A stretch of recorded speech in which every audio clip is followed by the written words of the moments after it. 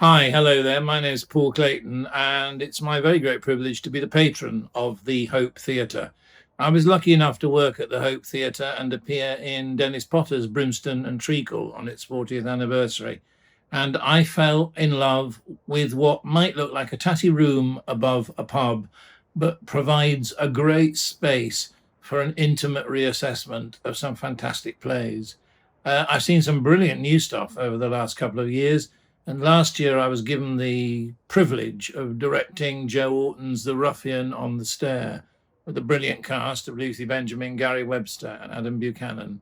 And again, showing that the Hope can present plays in a way that nobody else can. We've had the most brilliant start to this year because we got a new artistic director called Kennedy Bloomer, and she's fantastic. It's been a bit frustrating for her that she hasn't been able to get into the theatre, but what she has done is created some brilliant new writing, and that has all been made available online from the 23rd of November. I've got to get the title the right way round, and it's called Hope at Home. But it's 5 beautiful short plays with new directors, new actors, new writers. They're available one a week from the 23rd of November, and you can watch them free. We'd like it, if you do like them, to perhaps make a donation to the Hope. We are intending to reopen in January or February if regulations allow. We've got a great programme planned, and we're looking forward to seeing you, socially distanced or not, in the Hope next year. So our present to you for Christmas is Hope at Home. Thank you, and hope to see you there soon.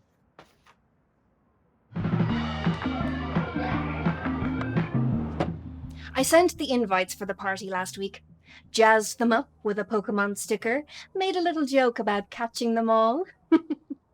Fun. I told everyone to arrive at 1 o'clock, made it very clear, highlighted and underlined the time, but at 12 o'clock, I already had them lining up at the door. This kind of home invasion is a trend at Callum's school. It all kicked off when Sally threw a party for her kid in September. He's got the first birthday of the year, and it set a precedent for the rest of us. Callum's birthday is in July, so I've had to endure this for 10, 11 months. 11 months. Jeez Louise. Sure, it's nice for the kids to play, but they don't even supply alcohol. Not anymore. Not since Peggy's dad made everyone margaritas and it got very out of hand.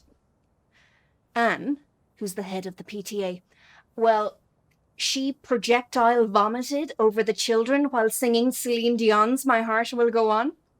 Luckily, I was out of range, but Paul and Callum were sat in the front row. Paul really liked Titanic. Had quite the thing for Celine and the sea. Not so much anymore. Since the prohibition, I've started taking my own tipples along to every party, cleverly disguised in water bottles. Wine, gin, the occasional sex on the beach, a tequila sunrise if I'm feeling adventurous. Sally, the mum who kicked this all off, well, she's always noticed my water bottles. You're so good, you are. Always keeping hydrated. So, I bought her a bottle of her own. Filled it with Merlot. Oh, she only drinks red. She's very sophisticated. Sally actually used to be an exotic dancer, but she fell on her head while working the pole and decided that was the time to stop. I'd have liked to have worked the pole myself, but I don't have the upper body strength. Became an accountant instead. Me and Sally often go for walks around the park with our water bottles. Sometimes I tell her how I find it hard to juggle everything, how I'm always tired, and I'm worried I might be a bad mum. And she tells me she feels the same. At 1 o'clock, Callum still hadn't come down from upstairs. I said to Paul, "What's going on? He begged me for this party, and now he's pulling a 2013 Justin Bieber." Paul comes down 10 minutes later and tells me, Callum's decided to give the party a miss. I said, a miss? After he rejected my McDonald's McFlurry bowling pitch and demanded to have a party like everyone else? I don't think so. Paul goes up to fetch him, and 5 minutes later, Callum comes down dressed in a Pokemon onesie and a pair of oversized sunglasses from my Victoria Beckham stage. Why are you wearing my sunglasses? Dad said I could. I looked at Paul. Paul looked at me and rubbed his forehead, which I assumed was a thinking gesture, before I realised that Callum had in fact shaved off his eyebrows. How he managed to get the razors, I do not know. And it wasn't just the one. Both eyebrows. Fully off. Very Lord Voldemort. What have you done to your eyebrows? I wanted to look like a dragon. Wow. I told him to go enjoy himself in the garden, that nobody would even notice. Of course, that was a lie. They noticed all right. Of course they did. He's got no bloody eyebrows. My nemesis, Sonia, noticed straight away. Is everything okay with Callum? She goes. He seems to be missing his eyebrows. I realise that's Sonia. He's working through a new look. Right, she goes and wanders back into the garden. I don't know why she's so smug. Sonia's daughter, Pearl. She's a few months older than Callum. And to be blunt, she is an arsonist and should be arrested. She literally carries matches around with her on a daily basis.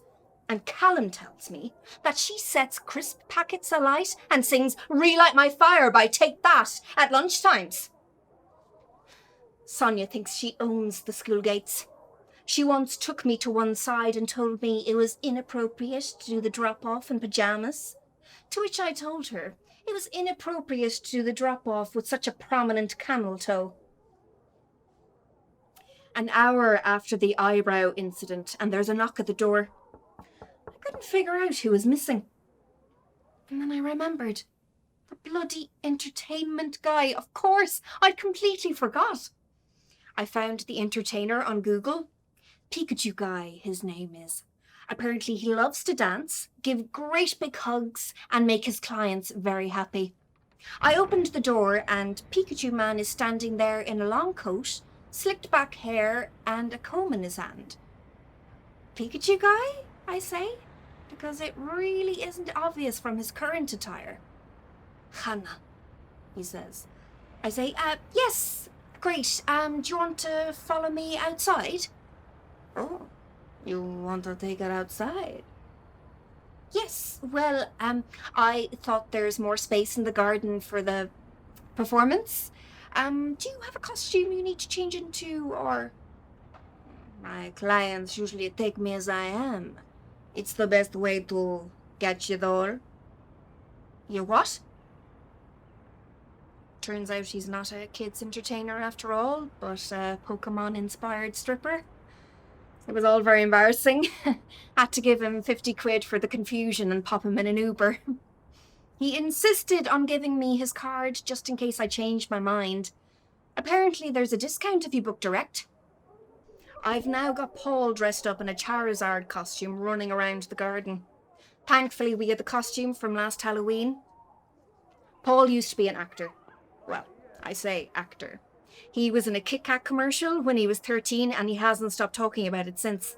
As soon as he put on the Charizard costume, it went straight to his head. He started going through the routine he had in mind. He'd obviously rehearsed it. He actually referred to himself as the entertainment understudy.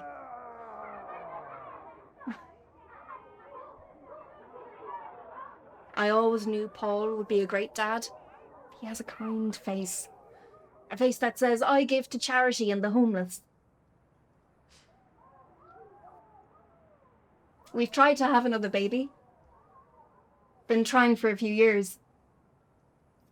The doctors said it was next to impossible for us to conceive naturally, but that miracles do happen. Secondary infertility. And it's not just the one of us. It's bloody both. Paul's got lazy sperm, and I've got polycystic ovaries.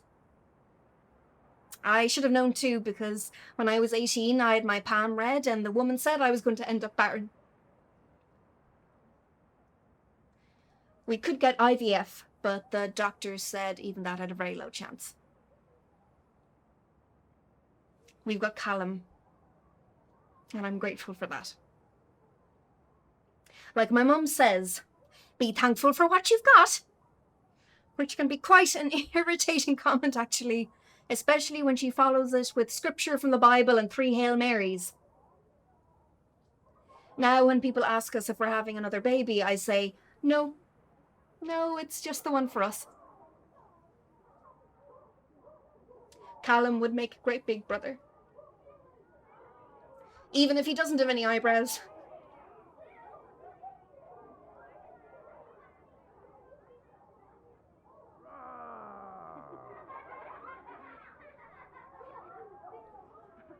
You know, I've been dreading this party. Really, I have. Been waking up in hot sweats, screaming about crustless sandwiches and Pokemon. But it's turned out all right, considering the obstacles. Difficult guests, 6-year-olds. Very entitled. And they fart without warning, which can be quite intrusive. Was that the third roar? Paul said that at the third roar, the routine would come to a show-stopping end. There was some sort of dragon dance, a lot of leg action, arms flailing. It was at this point he wanted to set his tail on fire, which I'm sure the arsonist would have enjoyed. Luckily, he found a sparkler in the garage, so I told him just to use that instead.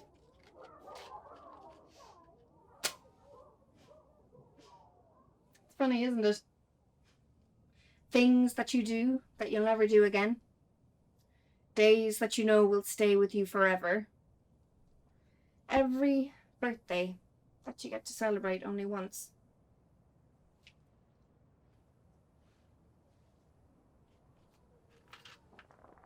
Happy 6th birthday, Callum.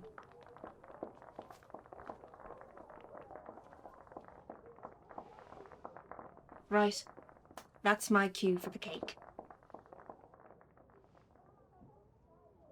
Happy birthday to you. Happy birthday.